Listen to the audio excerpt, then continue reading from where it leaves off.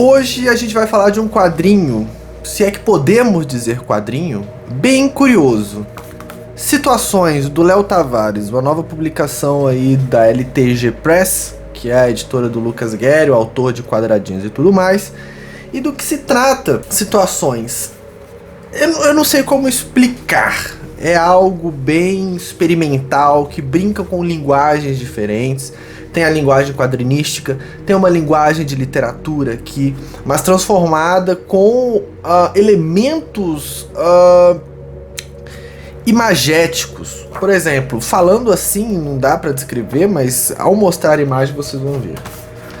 São colagens de desenhos diversos e passagens de cruzadas, cruzadinhas, seja lá como você conhece aquele joguinho bem popular em jornal que dá uma dica e você tem que completar a coisinha. É um pouco, eu senti que é um pouco biográfico. Há passagens aqui que fala de Léo ou fala de Leonardo e coisa do tipo, então acho que é uma obra autobiográfica, mas com tons ficcionais, podemos dizer assim, sobre diversas situações na vida do autor.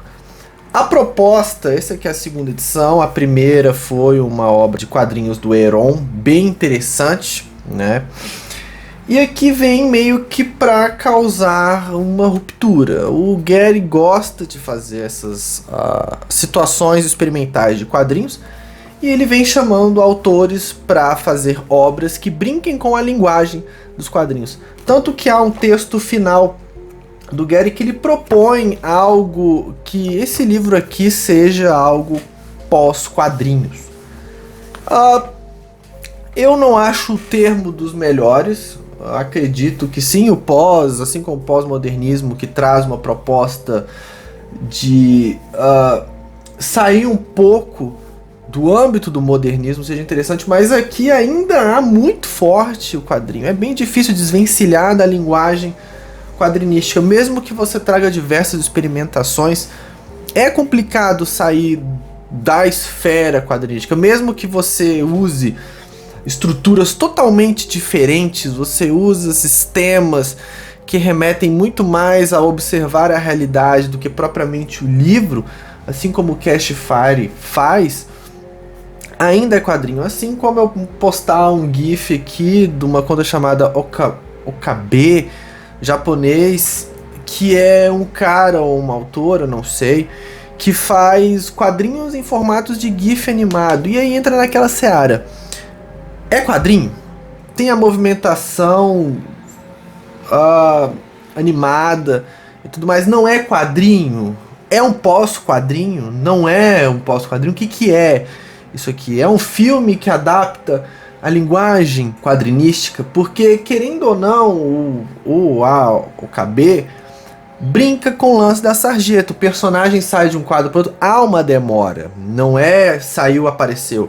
Então tem toda a linguagem da sarjeta servindo como intervalo temporal dentro do quadrinho, ali naquele GIF que é uma animação. Então fica a briga, né? Eu posso não concordar muito bem com o termo pós-quadrinho, mas eu não tenho nenhum termo que se aplique ou que eu possa usar para, tipo, falar, não é isso, mas o termo é X. Não tenho. E ciência é isso. É autores, pesquisadores criando seus termos e vendo se vinga. Então, assim, funciona muito bem pós-quadrinhos aqui? Funciona pra caramba. Concordo, não muito, mas funciona. Porque realmente isso aqui quebra muito a lógica rígida do quadrinho. Então você vê aqui que há esses sistemas que remetem muito, não sei se vai estar dando pra ver certinho, remetem muito a recordatórios. Não há balões de fala, mas é tudo nesse sistema. E olha só, você vê os quadros, né, os textos vão criando algo que de fato remete a uma história em quadrinho mesmo não parecendo história em quadrinho. Se alguém pega esse livro aqui achando que é quadrinho, não vai gostar, vai falar assim, que porra é essa? Porque formas experimentais de quadrinhos são excelentes, são ótimas. Você brincar com a linguagem quadrinística é perfeito. Cria uma situação, cria um panorama saudável para mídia, saudável para o formato. E as pessoas, pelo menos o grande público, a massa consumidora, torce o nariz para estruturas diferentes. O livro do Chris Ware, Building Stories, que é bem diferente, não é muito popular, não é muito conhecido e muito celebrado como um Jimmy Corrigan, por conta do formato maluco dele, que é uma caixa com coisas dobráveis, montáveis, pedaços de...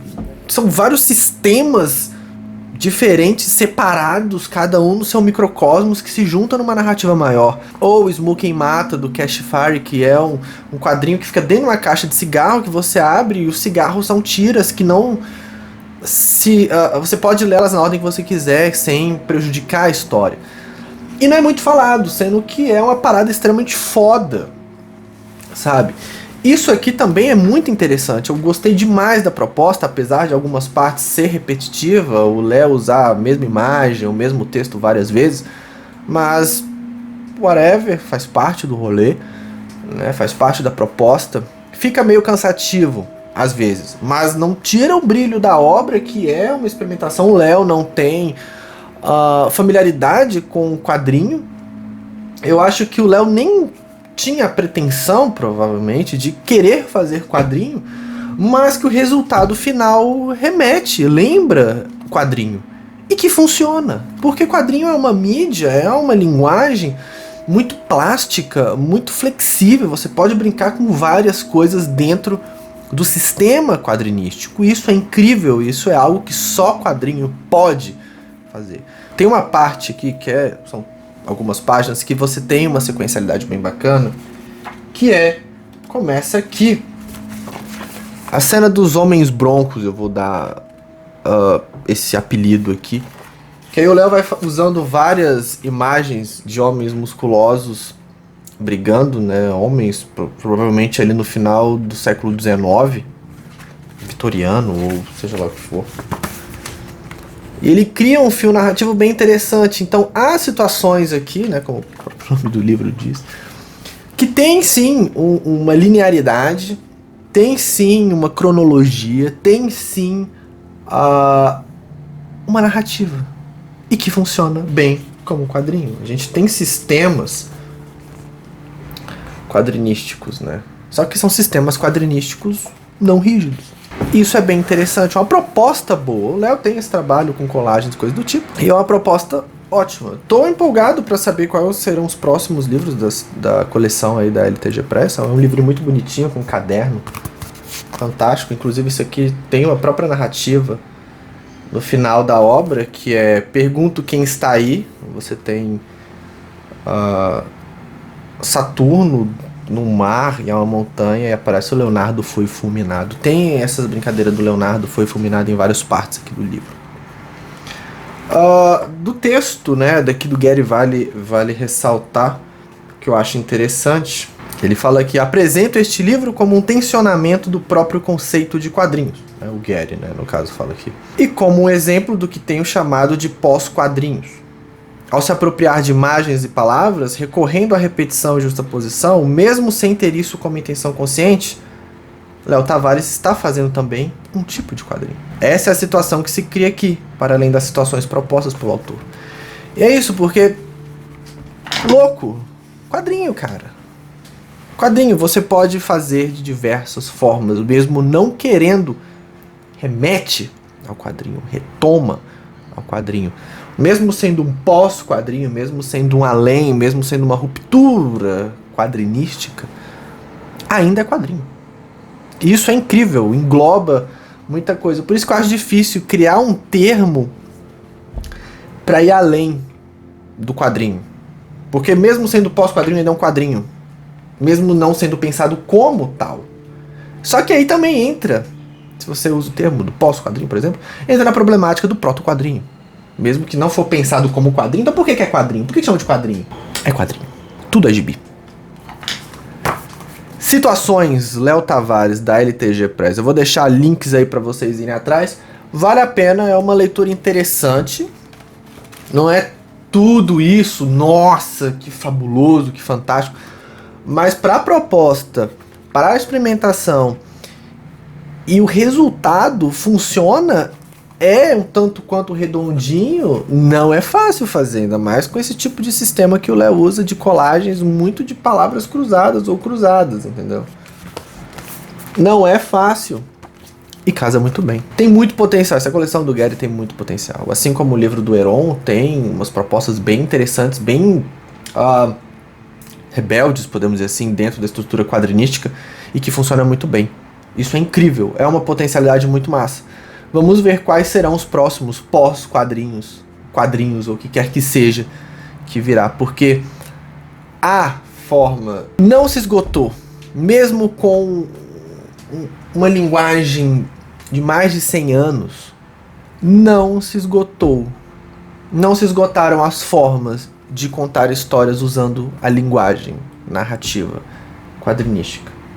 Então tem muito potencial ainda pela frente. Basta aparecer alguém como o Léo, que faz uma obra que brinca com essa linguagem, mesmo que não seja quadrinho, vira quadrinho. É muito plástico, é muito incrível, coisa que o cinema e o teatro não é. Eles estão aí desde que foram fundados da mesma forma, só mudam efeitos, cortes, formas de edição. Lembra, assim, dá pra fazer filmes bem diferentes, mas ainda assim segue uma estrutura muito certinha. Coisa que o quadrinho meio que joga pra cima e foda-se. Incrível, incrível. Um beijo pra vocês e até o próximo vídeo.